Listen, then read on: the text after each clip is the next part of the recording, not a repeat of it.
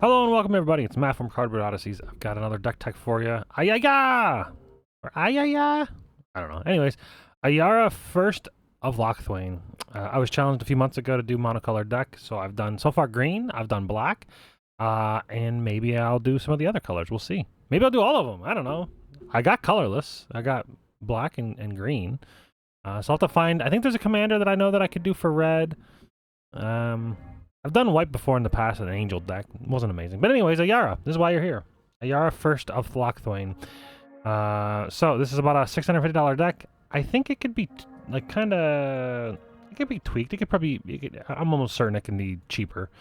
Let's see, 184 bucks in the creatures, 75 bucks sorceries, 50 bucks instants, 120 for the artifacts, 85 for enchantments, and 120 for lands. Overall, fairly cheap, but you can definitely cut like Cabal Covers and Nykthos. Like, they're good, obviously, but if you're playing more budget-friendly, and Orberg for sure you can cut. If you're more budget-friendly minded. I proxy all my decks, so the cost means nothing to me. So, let's get into Ayara. What does she do? What is this deck all about? This deck is honestly, secretly, this deck is a Grey Merchant of Asphodel deck. So if you like that, we'll get to the card. You'll see what it means. So yeah, Ayara.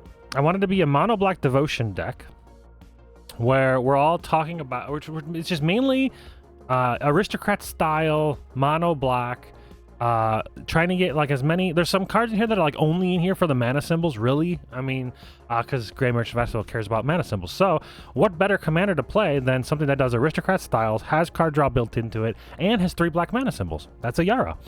So 3 mana for a 2/3. Whenever Ayara first of Lockthwain or another black creature enters the battlefield under your control, each opponent loses 1 life and you gain 1 life. And then you can sacrifice another black creature, draw a card. Remember, it has to be a black creature.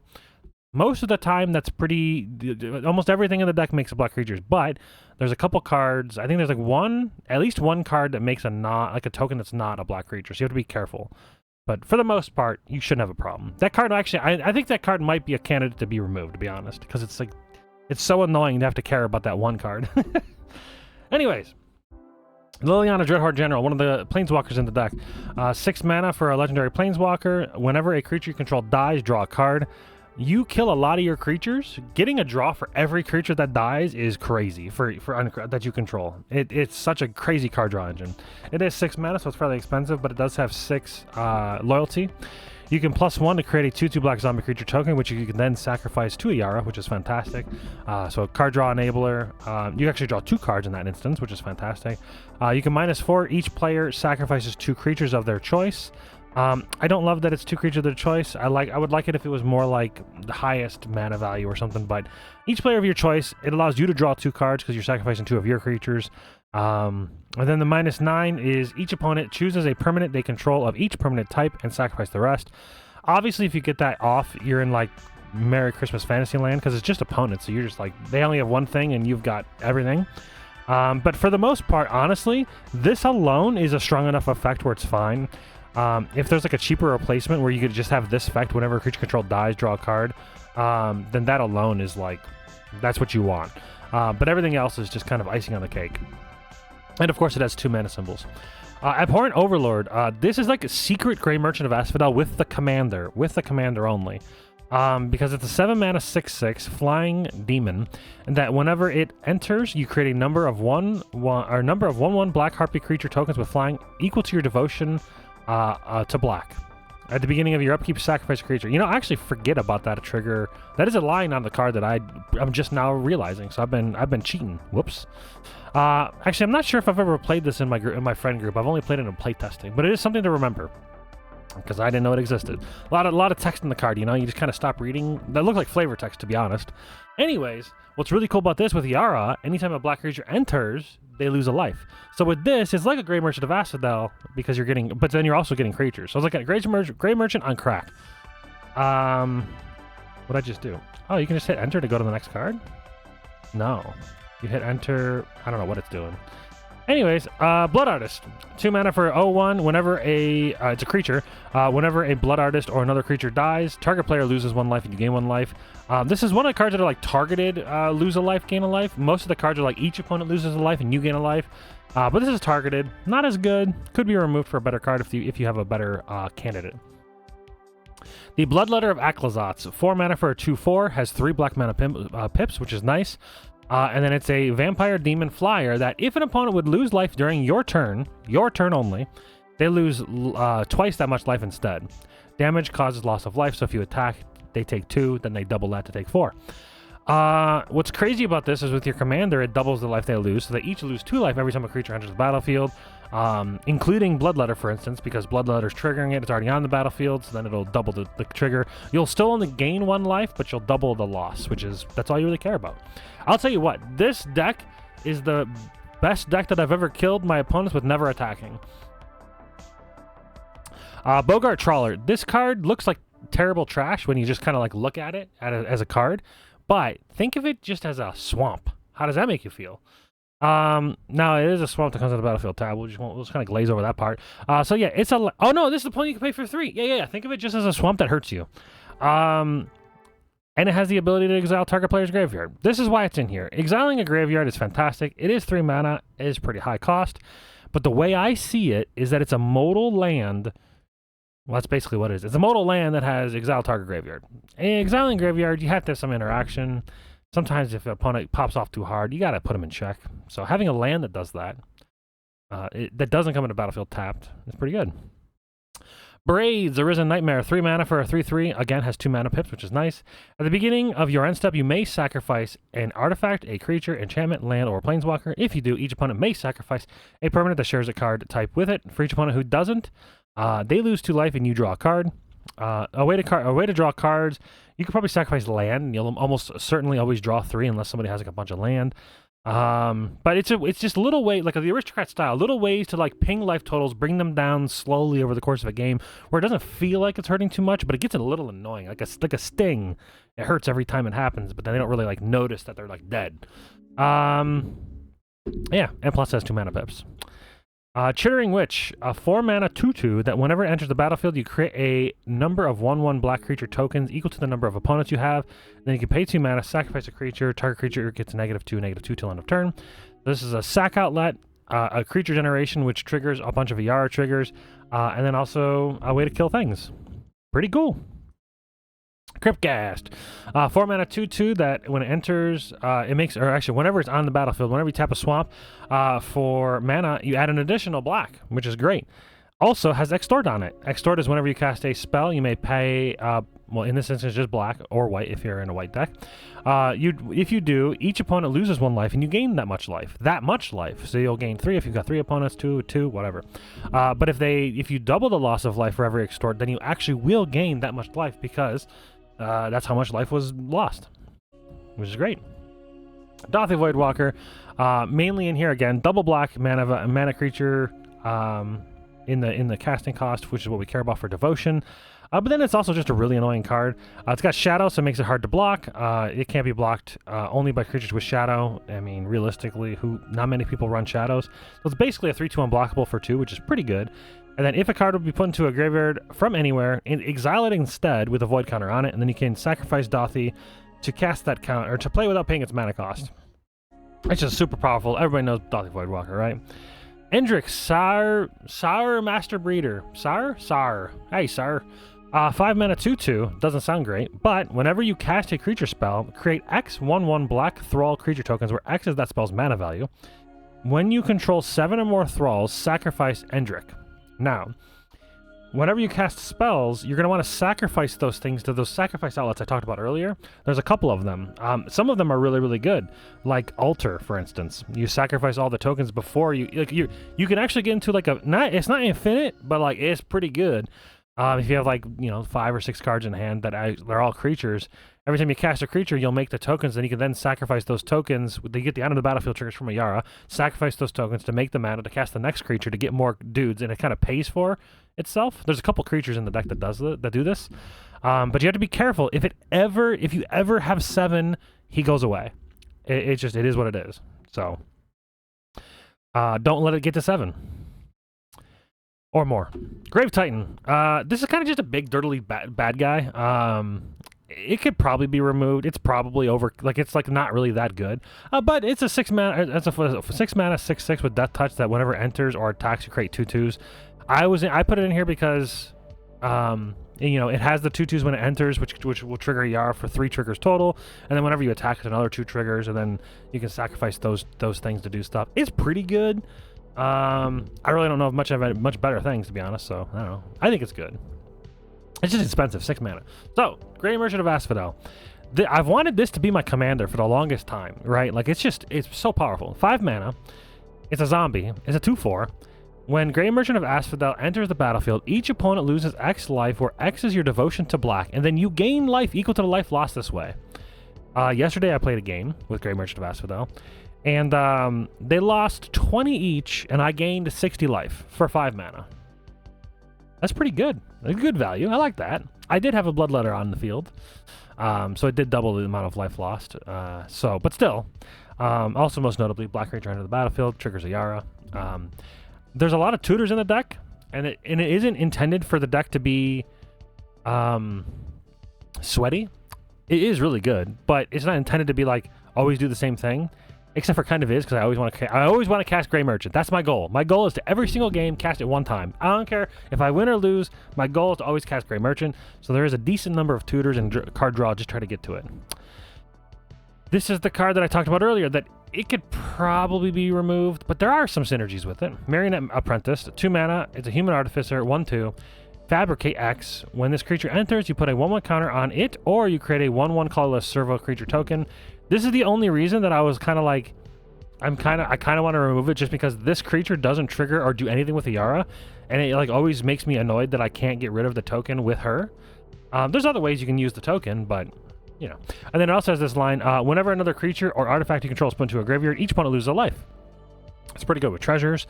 Pretty good sacrificing the servo to like altar, for instance, or any other sacrifice outlet. You'll ping each opponent for 1. There's definitely ways this card can be very good, and it is very good in the deck. It's just this colorless servo bugs me. It should be black. Mirkwood Bats. This card is very strong. 4 mana for a 2/3. Only has 1 black pip. I would have liked to have 4 black pips, but you know, maybe that's too much. When it's a flyer 2/3, that whenever you create or sacrifice a token, each opponent loses a life. Create or sacrifice. So the Abhorrent guy that talked about earlier, the 7 mana 5/5 or 7 mana 7/7 flyer that creates a bunch of dudes equal to your devotion. Boom, they all come in. They're going to lose a life for every token that's created. Ayara is going to trigger for every token that's created. And if you have a sack outlet, every token that gets sacked is then going to trigger back. Oh my god, it's just... Mirkwood Bats can be a problem. He got to go. Yeah, if you ever see him on the field, you got to kill it. Ophiomancer. 3 mana 2/2 at the beginning of each upkeep. If you control no snakes, you create a black snake creature token with Death Touch. I'm playing this over the one, I think it's Jadar. It's a 2 mana, like 2/2 or something, that gives you Decayed Zombies.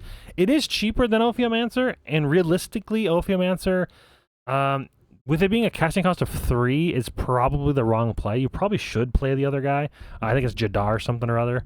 He makes Decayed Zombies. The thing that I was thinking about when I was making this deck is that I want the Death Toucher at every upkeep. Just in a good blocker. Death Touch is really great. People don't want to attack you if you've got Death Touch. So it kind of keeps people away. And then you can sacrifice that token whenever you need to for Ayara to draw the card. But I do think Jadar is also probably the better play, because you're going to turn 2 Jadar, turn 3 Ayara, and then you can sacrifice the token the next turn. So, you know, do whatever you want. I like the Death Touch. Orcish Bowmancers. This card's pretty good. 2 mana 1/1 flash. Whenever it enters and whenever an opponent draws a card, except for the first one they draw in each turn, each draw step. Orcish Bowmaster deals 1 damage to any target, then Amass Orcs 1. The Amassed Orc, I'm fairly certain, is a black orc. So you can use that token. That token will trigger Ayara, and then you can use that token to sacrifice to draw a card. And then the Amass, you can kind of keep, like, every time you amass, you can keep sacrificing it from every draw, and then, you know, gain value. Phyrexian Obliterator. This honestly is just in here for the 4 mana cost, and because my buddy got me a foil original OG Phyrexian Obliterator. That's it, really. I'll be honest. And then it's good. It's a 4 mana 5/5 trampler that whenever a source deals damage to Phyrexian Obliterator, that source's controller sacrifices that many permanents. It basically can't be blocked. I mean, realistically. It's kind of a 5/5 unblockable because they don't want to sacrifice that many permanents, but it's a crappy Annihilator where, like, it has to take damage. Otherwise, it's just a 4 mana, like, Lava Axe. All right, Pitiless Plunderer. This guy is pretty good. 4 mana for a 1/4 human pirate. Whenever another creature you control dies, create a treasure token. There's no like limitation. It just happens every time it happens. Every time a creature you control dies, create a treasure. So there's a lot of ways to abuse this. We'll get to it. Playcrafter. Whenever this is actually kind of one of them. Playcrafter. Whenever Playcrafter enters, each opponent sacrifices a creature or planeswalker. Each player who can't discards a card. Cool thing about this is that it triggers Pitiless Plunderer, for instance. You can sacrifice itself, triggers Ayara for them to lose a life. You get a little bit of value. So, yeah. I like this because it's, you know, it taxes the opponent's board a little bit. You can recur it a little bit in the deck. So it's pretty decent. Priest of the Forgotten Gods. 2 mana for a 1/2. You can tap it, sacrifice 2 other creatures. Any number of target players each lose 2 life and sacrifice a creature. You add 2 mana and you draw a card. This is pretty easy to do because you're going to have tons of tokens typically. There have been a couple times where like I've played Priest and then like had nothing to do with it because I didn't have anything to sack. Because if you play like Ayara and Priest, you're kind of like, you don't want to sacrifice the Priest because you want to sacrifice other things. It can be a little awkward. Maybe the deck needs like a little bit more token generation. But there's a decent amount of it. You just sometimes you'll have bad draws. So this card is kind of, it's good, but sometimes it can be bad. Sengir Autocrat. This is when it enters, you create 4 mana for a 2/2. When it enters, you create 3/01 black surf creature tokens. And then when Sengir Autocrat leaves the battlefield, exile all surf tokens. So ideally, you want to sacrifice the surf tokens first, and then you want to sacrifice the Sengir. Unless you want 4 dice triggers, then you can sacrifice the Autocrat and then get the 4 dice triggers. Actually, it's exile, so you don't want to do that. Yeah, so you always want to sacrifice the tokens first, and then the actual guy. Because you can kind of do some reanimation shenanigans with this guy if you want. Him and any other token generator. But this fuels Priest of Forgotten God, for instance. Twice. Shield of the Apocalypse. 4 mana for a 4/5 Death Touch. Whenever you draw a card, you gain 2 life. When an opponent draws a card, they lose 2 life. This is a slow killer, but man, I mean, sometimes it can kill you fast if you draw a bunch of cards. Just as another way, this is an Aristocrat deck. You're trying to like whittle down their life totals. This does that every turn. So it's great. It has 2 black mana pits, which is also nice for the devotion. Starscape Cleric. Very strong Offspring card from the new Bloomburl set. 2 mana for a 2/1 creature, Bat Cleric. Offspring, you can pay 3 mana. You can pay additional 3 mana to cast a spell. If you do, you create a token copy that's a 1/1 of it. They can't block. It's a flyer, and whenever you gain life, each opponent loses 1 life. Ayara triggers gain life every time a creature comes in, so that's pretty good. This combos really well with Ayara. And any other life gain, of course. Conrad. Sir Conrad the Grim, 5 mana for a 5/4. Whenever another creature dies, or a creature card is put into a graveyard from anywhere other than the battlefield, or a creature card leaves your graveyard, Sir Conrad the Grim deals 1 damage to each opponent, and then you can pay 2 mana. Each player mills a card, again, hopefully we'll trigger Conrad. This is just another way to ping opponents down, mess with people's graveyards, and mess with like how they're interacting with it, stuff like that. So yeah, very powerful. The Saraseer, this is a sacrifice outlet, which is great to scry, and then has 1 black mana pip, obviously. Just a nice scry outlet, sacrifice outlet. Very simple. Gain some value from sacrificing stuff. Hopefully getting some treasures and some card draw. Vran, Executioner Thane, 2 mana for a 2/2. Whenever 1 or more other creatures you control die, each opponent loses 2 life and you gain 2 life. That's an insane trigger, but it can only happen once each turn. Each turn could be on your opponent's turn, on your turn, so you can kind of like, you could get, if there's a way for you to do it, you can get 4 triggers going around, or however many people are in your game. So this is, it sucks that it's only once per turn, but it's only 2 mana, and it's 2 life, so pretty good. Warren Soul Trader. This card is pretty, this little goblin psycho looking thing. 3 mana for a 3/3, pay 1 life, sacrifice another creature, create a treasure. It's pretty good with like Mirkwood Bats, for instance. Yeah. It's a way to turn all of your token generation into mana to then cast other things and kind of keep the train rolling. And then you can sacrifice, say you sacrifice Abhorrent, the guy that creates the 7/7 that creates all the 1/1 flyers. You can sacrifice Abhorrent, sacrifice all the tokens, get a bunch of death triggers, get a bunch of enter the battlefield triggers, and then reanimate them from the graveyard, and then do that again. There's many different ways to kill somebody without even attacking. It's great. Zulaport Cutthroat.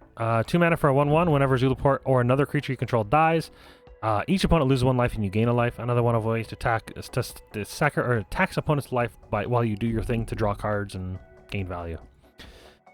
Aghanim Awakening. This is again one of those cards that is like it's just auto include in every deck because on the backside it's just a swamp.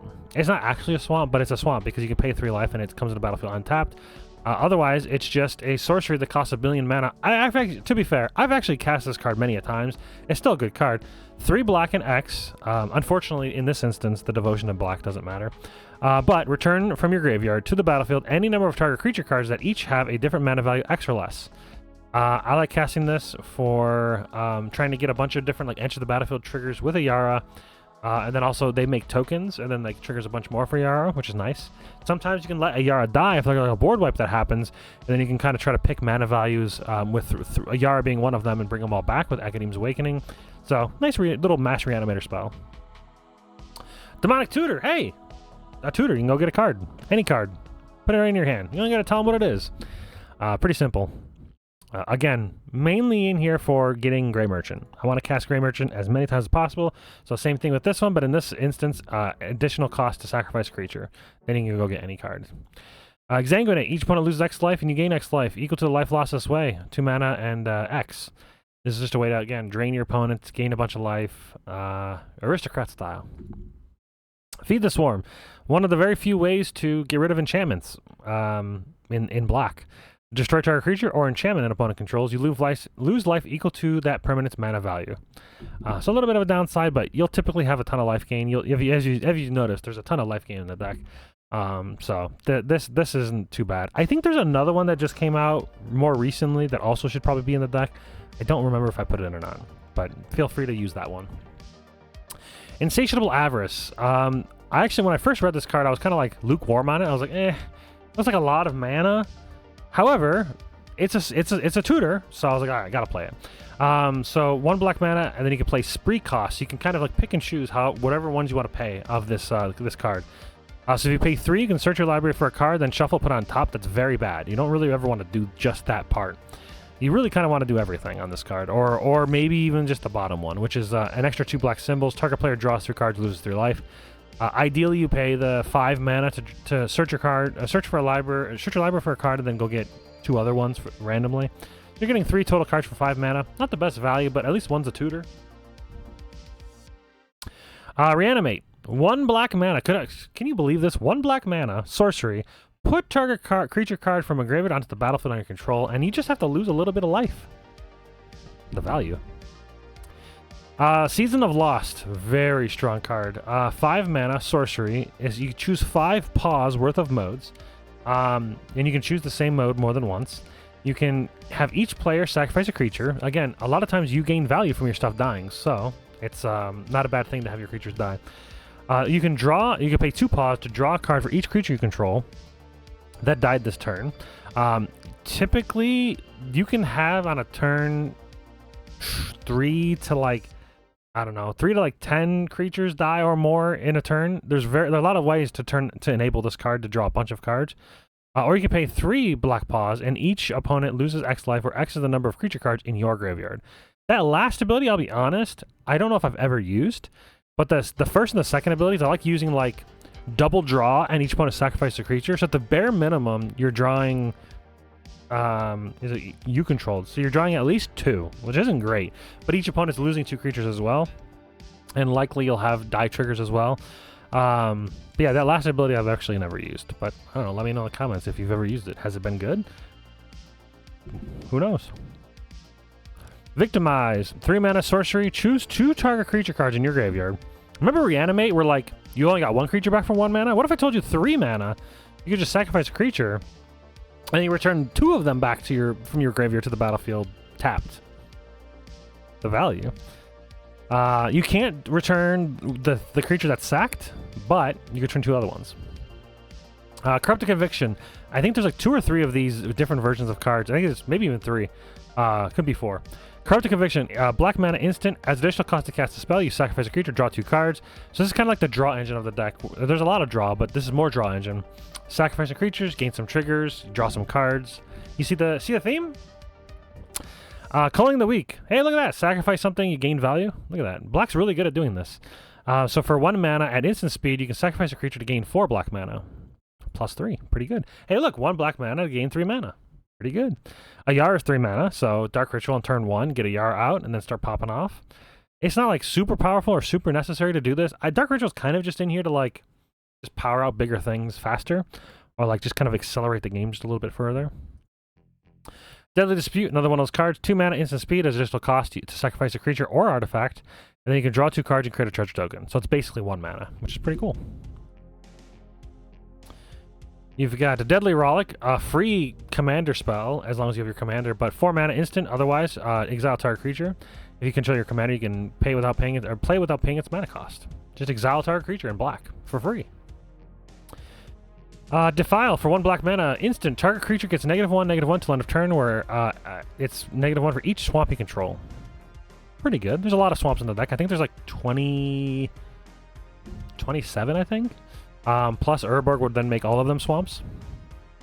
It's just a very cheap kill spell. This one right here is just a free kill spell in the deck because on the back is just a free swamp, basically. You have to pay 3 life, but like I said, in Commander and in this, you could just let it come into play tapped, just don't pay the life. But Commander, you start with 40. There's only a couple of these in the deck. Most of the time, that's never going to matter, the life loss. Plus, you're in a deck that gains a lot of life, so it's fine.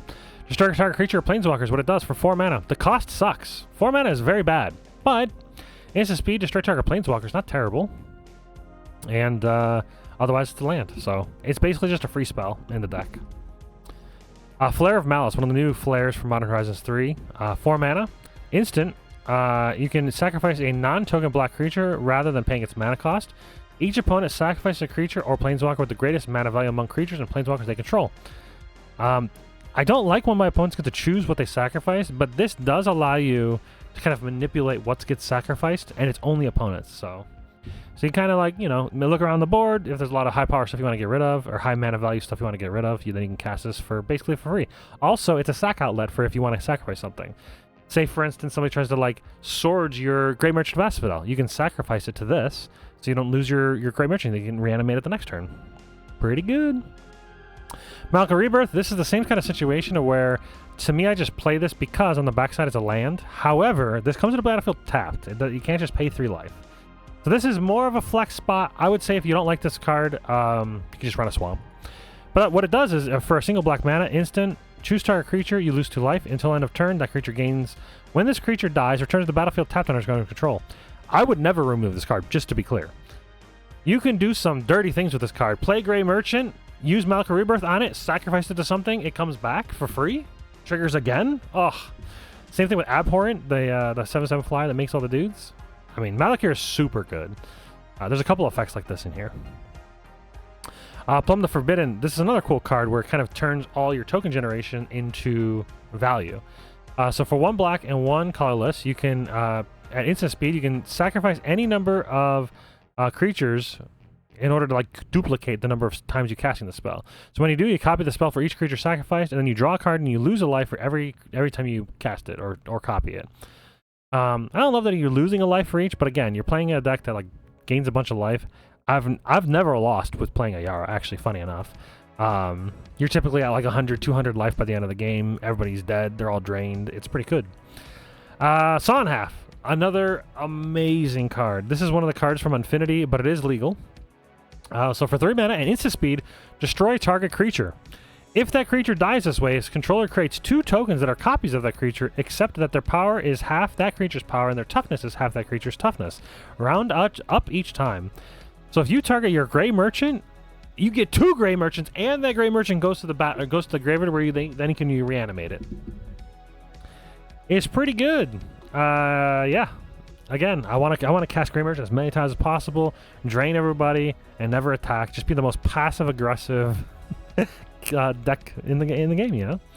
Yeah, very strong. Saw in Half is nuts on all kinds of cards. Any enter the battlefield, you get 2 enter the battlefield triggers? Oh, so good. That Abhorrent guy?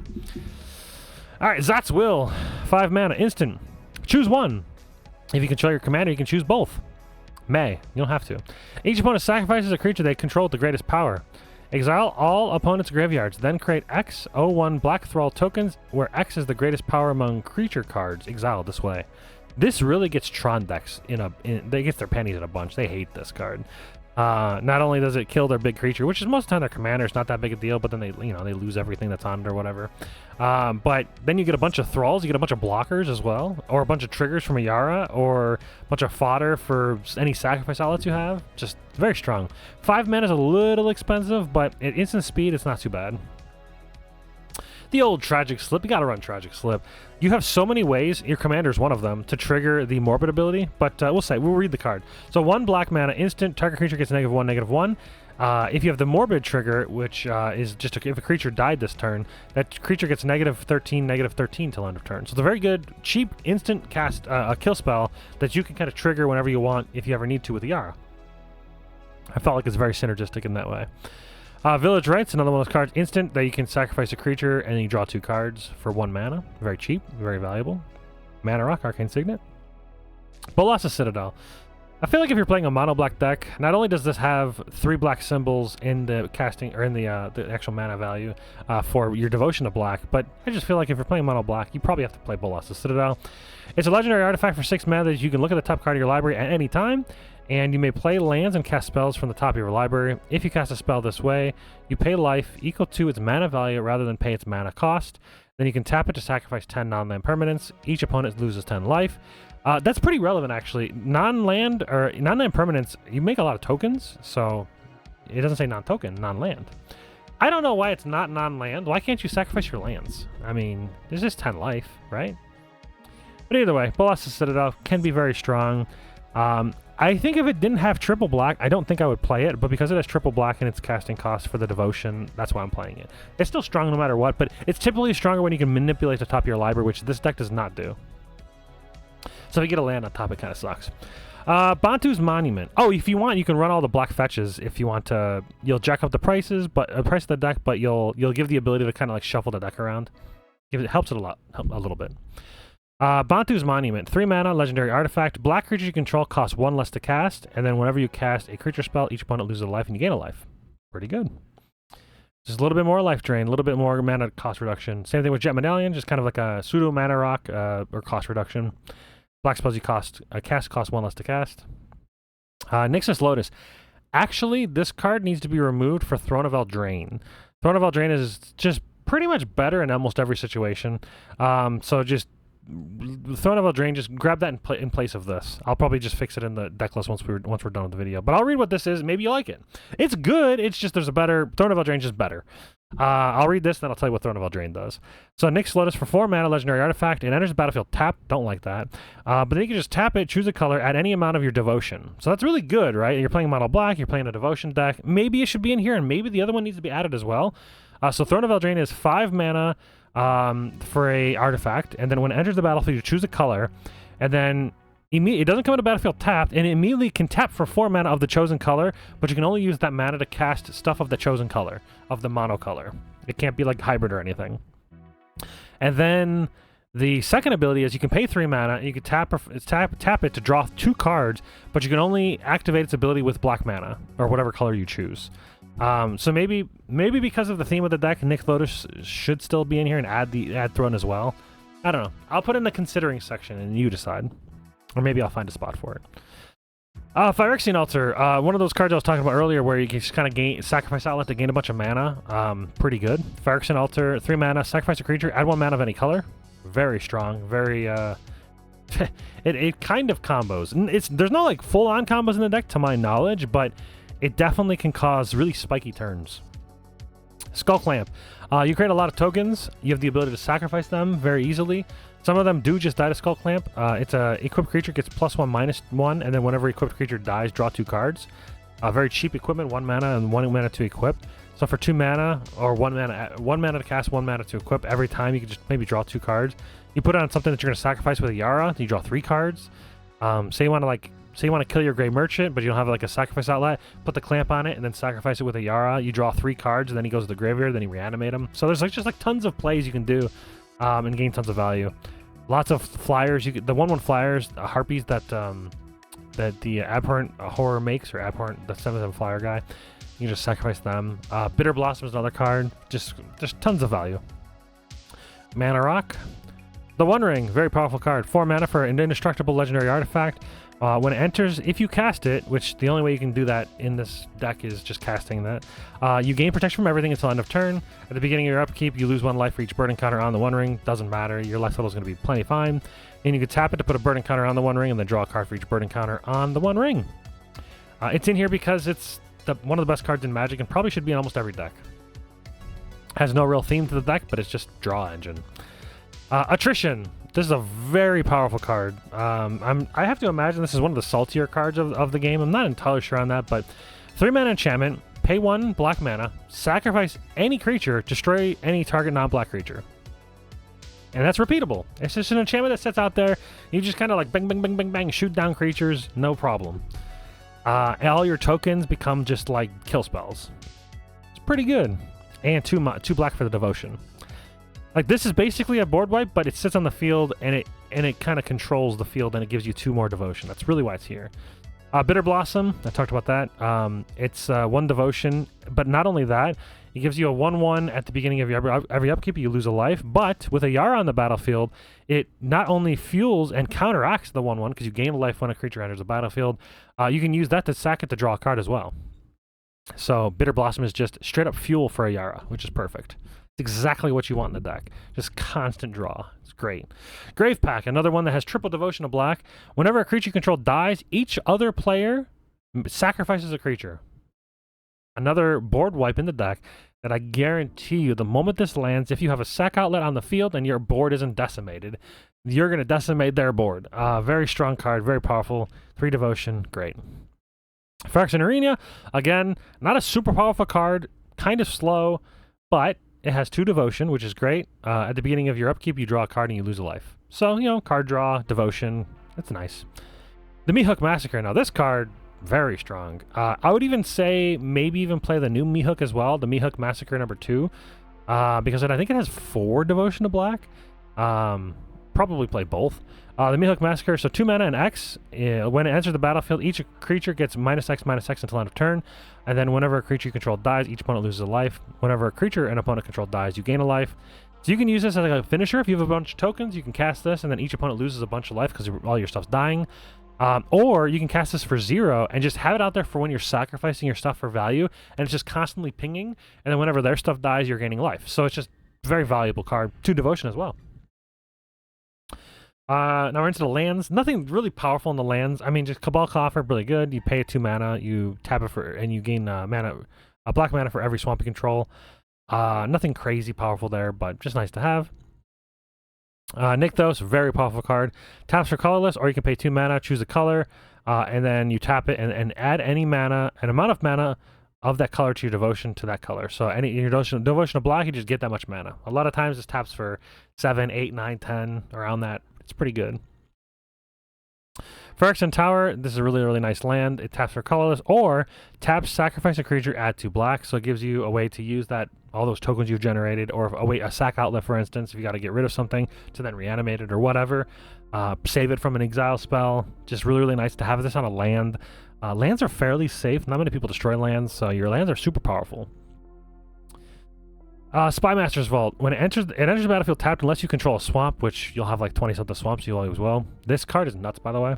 It taps for black, so it's basically just a swamp. Then you can pay 1 black, tap it, target creature you control connives X, where X is the number of creatures that died this turn. If you don't know what connive is, it's draw X cards, then discard X cards. You put a 1/1 counter on that creature for each non-land card discarded this way. Like I said before, this deck's gonna just burn through a lot of creatures, sacrificing them, getting value from them. Even if you're only doing this for 1 a turn, that's still pretty good. For 2 mana, draw 1, discard 1. That's still pretty good. But if you're drawing like 5, 6, 7 a turn, you're cycling through, filling your graveyard with stuff, getting your best cards in your hand, getting rid of extra lands. Like, this card is really strong. I'm surprised it's not played more, to be honest. There's like 25 swamps in here you can see in the deck list. Takenuma Abandoned Mire, basically just a free swamp, but it has the channel ability where you can discard it, and you mill 3 cards and you return a creature or planeswalker card from your graveyard to your hand. Very strong. This ability costs 1 less to cast for each legendary creature you control. Urberg. This is mainly for like Cabal Coffers. It doesn't tap for anything normally. This is just kind of just a swamp in the deck, and it kind of just turns on Cabal Coffers and Cabal Ritual, or the other one. It's not really necessary. Like I said, if you're playing Budget, you can remove this and just remove Cabal. I mean, I don't even know if you'd remove Cabal Coffers. It's still really good. It's expensive, like $20, but Witch's Cottage, just a really nice strong card. It is a land, or it is a swamp. It is a land and a swamp. Witch's Cottage enters the battlefield tapped and lets you control 3 or more other swamps. And then when it enters untapped, you may put target creature card from your graveyard on top of your library. This is just really, really nice. You've got a ton of card draw, so you can just put a creature on top and then draw it with something. Even if you're going to draw it the next turn, it's still fine.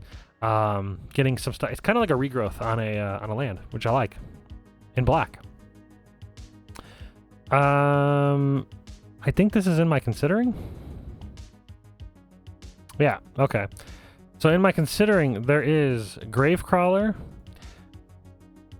So I think the reason why Gravecrawler's here is because, and not in the deck, is because I think there's an infinite combo if you put them in the deck. And I really didn't want to have infinite combos in the deck. It's already strong enough. It doesn't really need infinite combos. So yeah, it's up to you. Actually, I know for sure there's infinite combos with this. So if you want to play infinite combos, go for it. Damnation, I've stopped running board wipes recently. It seems to just drag out the game, and I'd rather just lose and move on. If like somebody gets like a really popped off turn and they're like their deck's doing their thing, I'd rather just play the next game. If it gets out of hand where like it's always happening, then maybe run board wipes. But I've started removing board wipes from my deck and just kind of like focusing on what my deck wants to do. And if it gets board wiped, then it is what it is. Hopefully it has enough gas to just do it again the next turn. That's kind of what I'm going for. So that's why it's in the sideboard. Same thing, that's Mutilate as well. Same situation. Because I don't really want to kill my stuff. Why would I want to kill my own stuff, you know?